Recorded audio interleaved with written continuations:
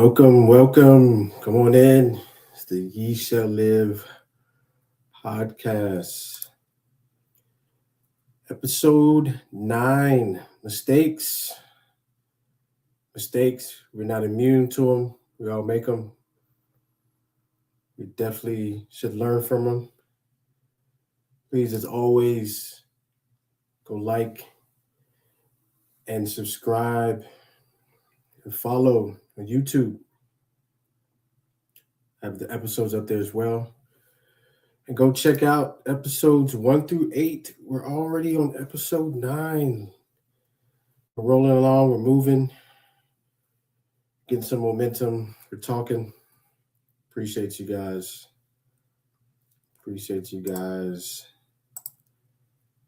Mistakes. Yes. We don't avoid them. We try to avoid them. We try to limit them. But I talked in the last episode about my decisions I was working towards and thinking about, and some of the decisions led to some mistakes. Now, we're talking about mistakes. It can vary. We have mistakes with relationships. We have friendships, people we're dating, things like that, right? Or actions we make and things we're doing in our life, right, that move us in a direction that we ought not to go. But ultimately, we should learn from. Now, some of the decisions I made cost me time, cost me money, right? And excuse me, y'all. I had a little bit of a cough. I'm gonna mute this while I cough. I don't want to be rude.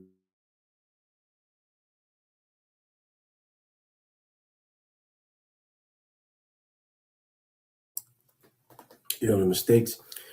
So as I'm trying to gather myself, let me go back and reference.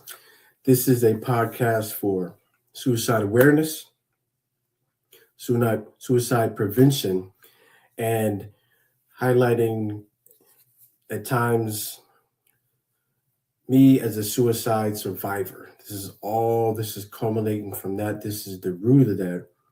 I was a suicide survivor, 20 plus years. And so please go check out the other episodes, get you up to speed. Now, last episode, I just mentioned decisions. So unfortunately, as I'm trying to gain myself, I'm trying to instill some confidence into myself. My decisions are not all being thought out in a way that is conducive to an effective way of life. Now, what does that mean? Some are made on impulse, right?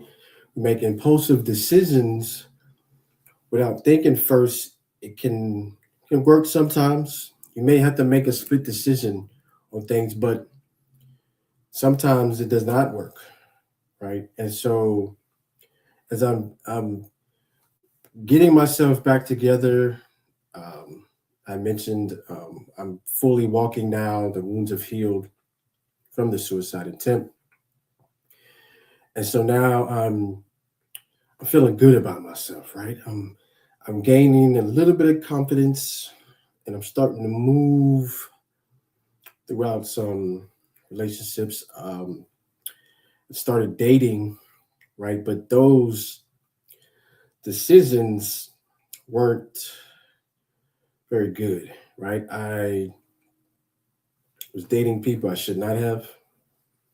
Right, and the thing about it is, going back to the Bible my grandmother gave me, I had the blueprint right in front of me for a lot of the things, and I didn't even realize it. But that's because I didn't truly understand the words in the Bible. I look back and you know, I'm reading it, but at the time it's more like it's a book to me, right? And nothing's really sticking because I'm not really taking these things to heart. I'm still fresh and new into it. So the decisions I'm making turns into mistakes, right? Um, and so even in friendships, right?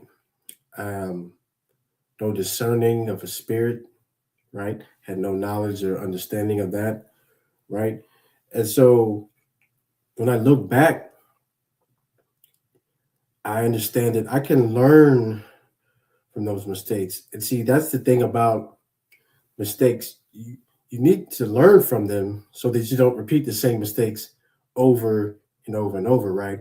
The whole thing about a mistake is something you didn't really intend for that action, that downfall action to happen. But if you take a time to reflect on it, you're like, okay, if I had really thought this through, I really settled with myself, I wouldn't have done that particular thing, or I wouldn't have engaged in that particular relationship.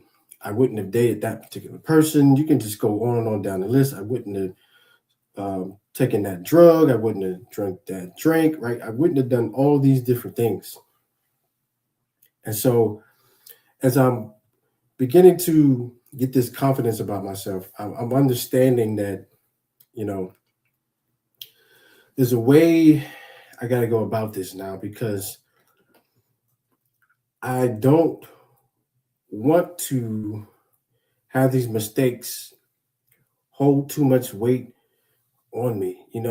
Oftentimes when we make mistakes, we kind of go hard on ourselves. We're like, man, why did I do that? Man, why did I say that? Why, man, and that's what the enemy wants. That's what the devil wants, right? He wants you to compound, he wants you to beat yourself up. He wants to get inside your mind, right? He wants to take over that space. And if we're beating ourselves up over it, we're losing the true essence of what we can do and learn from the mistake, right? And so what happened with myself, I did begin to beat myself up over the mistakes I made, right? I kind of wallowed in this, and the mistake I made with doing that, it allowed that depression to kind of seep back in a little bit, right? I was dealing with the depression. I stated in the previous episodes, I chose not to take any antidepressants because it just wasn't working for me, right? And so now that I'm wallowing in these mistakes, depression is trying to creep in, as I stated, but I had the wherewithal to, I could feel, thank God, I could feel that coming over me. And so I was like, no, I can't go back to depression with this, right? I have to pick myself up back up again, right? And so when you think through that, you really have to dig deep once again and kind of just have some time to sit back and look and say, you know what? Um, in this particular instance, I didn't see this coming, right? Some of the mistakes we make, we we didn't see coming, but some of the mistakes we make, we got an inkling, right? We got the word will say a gut feeling. That's what the Holy Spirit is, right? The Holy Spirit is trying to guide us. I learned that later. That gut feeling telling you, maybe you shouldn't do that. Don't go with this person. Don't go there, right? But we overrule ourselves in our mind. We don't listen sometimes to that feeling that comes upon us, and that's the spirit that rests inside. And we're spirit. We're spiritual beings, and so the spirit is trying to agitate you and say, no, no, right? Don't do that. But see, I didn't have that wherewithal then, right? But we know that it's prevalent because the world says us, hey, we had that gut feeling, whether it's a good gut feeling or a bad gut feeling, right? And so what I'm saying is when we feel the spirit moving, we gotta make sure that we take heed, right? So this is teaching now. This is the processing part. Looking back, I wish I had that, but I know that was for me to use as a tool now to teach, right? And so when you're in that space and you feel your you can sometimes when you're about to do something you're not supposed to do, right? It kind of overtakes you. You get a little nervous. You're like, oh man, like your body almost changes itself, right? It almost manipulates itself in a different way to kind of urge you to get back, to go back, to get away from that, right? But even if you don't listen, even if you go ahead and do it, you cannot beat yourself up. Why? Because God is still prevalent. God is still real, and He can pull you up out of any mistake you've made. And people will try to hold those mistakes over your head, especially if they were in the mistake with you or they convinced you to make the mistake. And say, oh, it's okay, you'll get back. Oh, it's okay. But what happens if that mistake ends to jail time? Right? I can go back to a time where I made that mistake and ended up in that situation, right? Spend some time, right? But here's the thing. My mom told me before I took the action that I did, she told me, don't go over there doing nothing crazy. Don't go over there. Don't do that. Don't do that. Right? But I was hard headed. I was young and thought, oh, it won't be. I'll get okay. It'll be okay. Right? So we often miss the cues. The cue comes to us and we miss it. She said, don't go over there. Don't do that. Don't do that stuff. Because she already knew that particular area, you can't be doing what you want to do. See, that's the problem with some of the mistakes we make because we get caught in doing the stuff we want to do. Right? Because we don't think that the consequence will happen this time or that time or the next time, the next time. But what happens when the consequence happens on the first time? We can avoid a lot of mistakes,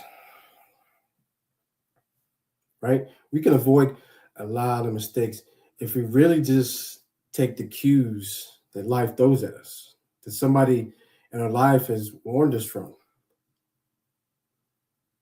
My wife and I, we have 8 boys together. And a lot of this I'm saying, I'm passing down to them so that they don't make the same mistakes I made. If I know better, I have to do better. Paul tells us that. If you know better, you should be doing better. And you should pass down that information. I'm summarizing here. And it's better to have not known, to have known and not do anything, not share the information, not tell the people that you care and love about, and tell others, as I'm telling you on here, right? Because the enemy has so many traps, so many snares, so many pitfalls he wants us to fall into. We ought not make our own snares and pitfalls and traps. We don't need to add extra ones to this walk, this life, right? We can gird up our loins, as the Bible said, and really get to it, right? And so as me finding myself as that suicide survivor, I was like, I can't allow myself to make mistakes that shouldn't happen, right? There are mistakes that will happen because we're still human, but there's those that we actually sat down and thought about, knew we shouldn't do, Knew we shouldn't go there. Knew we shouldn't. Somebody told us. And we still did it anyway. Those are the ones that are costly. Because now the enemy has come in to the camp. We've opened the door. We've opened a portal to things that we didn't have to open to. Right? We've opened the gates. We've given access to something that didn't have access to begin with. That's what happens when you make a mistake. Right? And it's equivalent to sin. We're going against the grain. We're going against the path that God has set for us.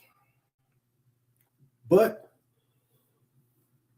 Jesus is the Redeemer,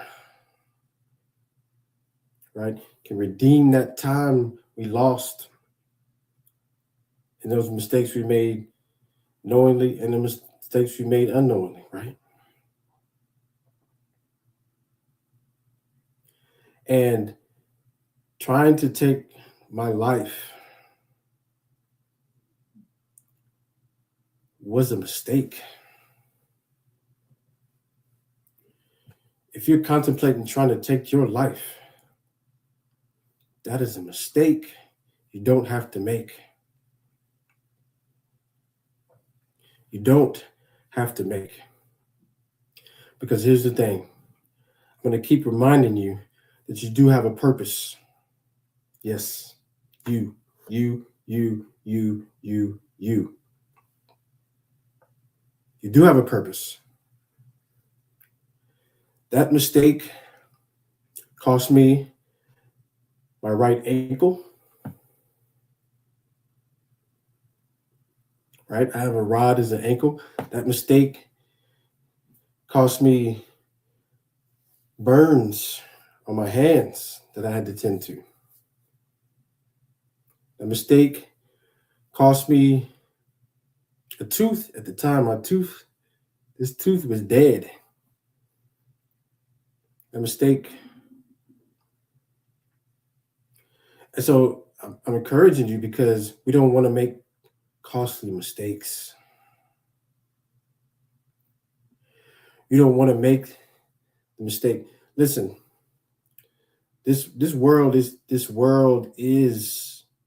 weird to navigate. And so even at the time I was building myself up, I mentioned get myself back together. It still was costly. It cost me time, cost me money. But I'm saying this to say we can avoid the snare. We can really, really move forward. I want to keep encouraging you because I don't even want to see you attempt it. I don't want to see you attempt suicide. Yeah, we're starting to get to the essence and deep now. I don't want to see you attempt. Now, I understand that dark place your mind may take you. I understand that this world, especially now, is moving so fast and so many things. And do they like me? Do they heart this? Right? Social media is a giant. Back when I attempted mine, it's been 20 plus years. Social media was just infant. And so it really has transcended. It's pretty much a way of life. But in that, it's its own world. And we'll get caught up in it.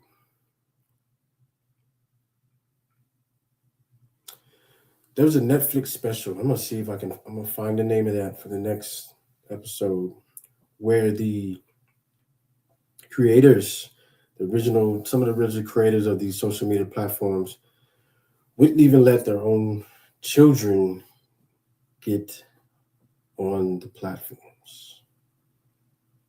I'm talking Facebook and the Twitters and all that, right? I'm gonna find the name of that. Maybe some of you watched it. So they knew something. And a few of them realized they made a mistake.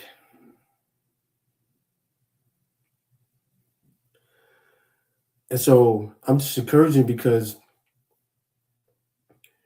there's more. Even social media is part of the things we do, and it can be good, but there's more to this life than social media. Some people don't even have social media. Most do, but not everyone, right? And you may even need to disconnect from social media sometimes, right? Because it can really wrap you up. It can really engulf your mind. You can go down rabbit holes and things, right? But don't forget there's a world outside of that. You have a life outside of that you need to cultivate and maintain. Because in that Netflix special, they talked about how the screen time and the things and the need for likes were starting to transform people's minds. This may not be you, but this may be some of you, especially younger, right? Because we want the attention. We want to be liked. We want to be loved in some form or capacity. That's the truth of it. And there's those that seek it from social media. And has led them to suicide or attempt suicide. And we don't want that. Ye shall live. This is why I'm on this. This is why I'm doing this. That's just one piece of it. There's many other factors. We know there's bullying at schools. There's all these different arenas, right? But we are here for suicide awareness, suicide prevention, and of course, the suicide survivors. Cultivating a space, cultivating dialogue, cultivating a way to press towards a different mark, a different mindset. Because for me, it took a while for those suicidal thoughts to leave. It wasn't overnight. It wasn't a year. It wasn't a couple. It took some time, right? And so I was still trying to maintain and live a life, but the thoughts were still there. But ye shall live as I did 20 plus years later. And those thoughts, they try to pop up sometimes, but I have a way to combat them now. And we're going to get to that as you walk with me on this journey, in this way, in this truth. All right, so I invite you every Wednesday, Lord willing, if I can, Ye Shall Live podcast every Wednesday. I'm going to talk. We're going to talk. We're going to talk. We're going to talk. We're going to talk. So the next episode is going to be episode 10, reflections. Reflections, the reflections. What do you see when you look in the mirror? What do you see when you look at yourself? What do you think of yourself? Do you even look at the mirror at yourself? Do you even see yourself?